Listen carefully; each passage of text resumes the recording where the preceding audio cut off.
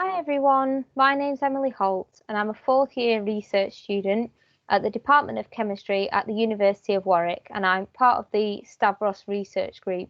And there's a picture of all those lovely people that I work with on the right hand side there. So just to begin with, I'd like to just give you an introduction as to how I got to this point of being a research student.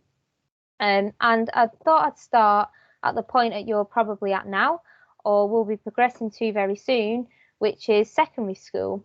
And so here's a picture of my secondary school and a picture of me in around year 10, something like that.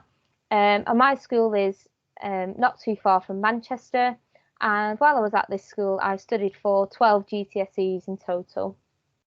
Now, my school didn't have a sixth form attached as your school may do, so I moved on after that to a sixth form college, Holy Cross College, which is in a town called Bury, which is near Manchester as well. And at Holy Cross, I studied for 5 A levels. I studied maths and further maths because maths was the subject that I loved the most at school and thought I wanted to continue at university. But I was also unsure about whether I would continue with music as well, and so I studied that at A level also. And then the final two were physics and chemistry, and that's because those were the sciences that I enjoyed the most at school and was still passionate to learn more about. And so I did eventually make a decision on which subjects to take further, whether that be maths or music. And I went on to study a 3-year maths degree at the University of Warwick, and I graduated with my Bachelor's of Science degree in mathematics in 2016. Then after that, the opportunity arose for me to study science again, and I was quite excited about this prospect. And so after I completed my maths degree, I went on to study a master's, which is a 1-year course, and I studied that in molecular analytical sciences. And this involved all 3 sciences again, so physics, chemistry, and biology, but I could also use the maths knowledge that I'd gained during my degree as well, which was perfect for me at the time. And this course was also the first time that I'd experienced doing research. I did 2 10-week research projects, and one of those has led on to the PhD that I do now.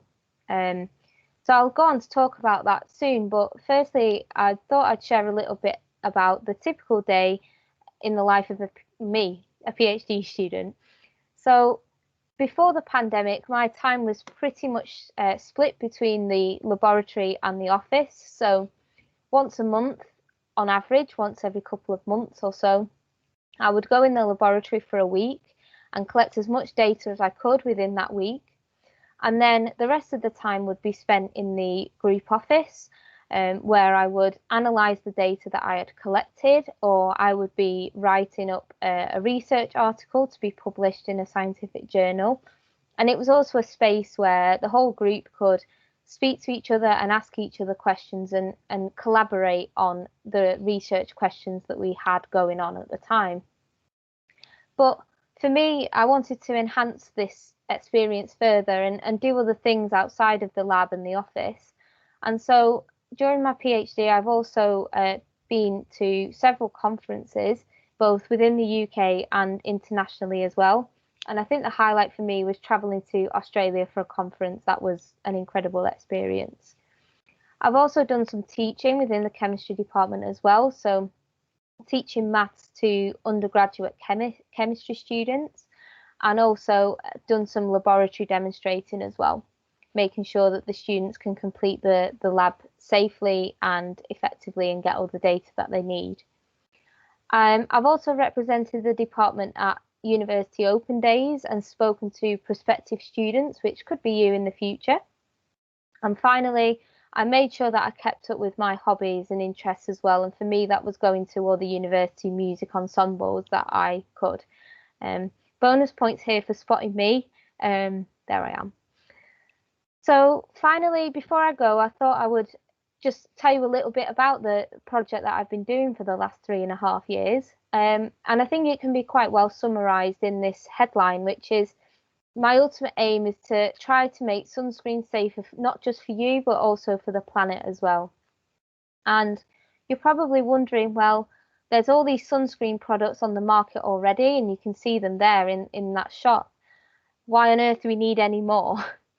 And the answer to that is because there's been quite a lot of headlines recently about current sunscreen ingredients causing damage to marine ecosystems and coral reefs, things like that. And also, some sunscreens have not been living up to the claims that they have on the bottle. So that number on the front is the sun protection factor, and some of those have been falling short on that number. And so we need to do something about this. And my approach has been twofold. So the first approach has been to improve the ingredients that we already have to make them more effective at providing protection. And that's from the sun's ultraviolet radiation, which is the one that causes sunburn and over time can lead to conditions such as skin cancer. So it's really important that we have sufficient protection from this radiation. So not only can we improve ingredients we've already got, but we can look for new options. And I've looked at one in particular that's derived from a plant leaf, and that particular material in the leaf protects it from ultraviolet radiation. So if it can do it in a leaf, can it do it in a person? So that's what I wanted to find out. And so when we're answering a question like this, I might go about it as follows. So I'll make up a sample which will contain the plant-based material, and then I'll want to put it in such an environment that we can model what happens when that ingredient is exposed to the sun.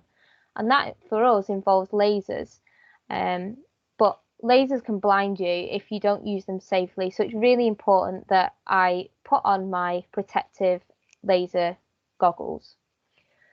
I then will set that to be an ultraviolet radiation, so ultraviolet laser radiation to model the sun's rays. And then I will direct that laser radiation at the sample. And so what I want to find out by using this laser radiation is two things. Is that material good at protecting us from the sun? Can it keep us protected for a long time? Or is it getting tired after a while? And if so, that's probably not the best thing for us to include in a formulation. So I hope you enjoyed that brief introduction to my research and my background, and I really look forward to meeting you all at the live Teams events and answering any questions you may have.